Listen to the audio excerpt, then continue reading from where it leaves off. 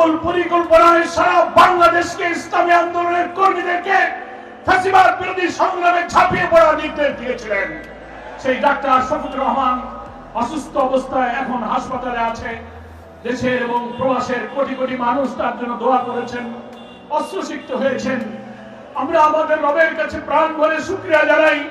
আমরা যতটা তাড়াতাড়ি তার সুস্থতার কামনা করেছিলাম, নির্ভুল চিকিৎসার আশা করেছিলাম, আল্লাহ তাআলা আমাদের আশার চেয়ে অতি দ্রুত তাকে সুস্থ করে দিচ্ছেন আলহামদুলিল্লাহ। কিছু কিছু ব্যক্তি, কিছু কিছু দল যারা নিজেদেরকে খুব বড় মনে করেন, নির্বাচনের আগেই তারা ক্ষমতায় গিয়েছেন বলে ভাবটা দেখান, কি বলেন ঠিক কিনা? তাদের ভূমিকার জন্য এই সংস্কার কাজে ঐক্যমত্যে পৌঁছা বড় কঠিন হয়ে যাচ্ছে।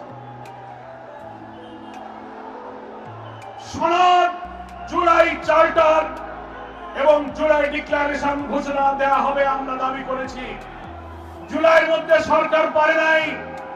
আজকে 5ই আগস্ট আমরা জানতে পেরেছি মানিক মেহমেনু বিকাল 5টায় অন্তর্বর্তীকালীন সরকারের প্রধান উপদেষ্টা ডক্টর প্রফেসর মোহাম্মদ ইউনূস তিনি জুলাই ডিক্লারেশন সেখানে ঘোষণা দেবেন।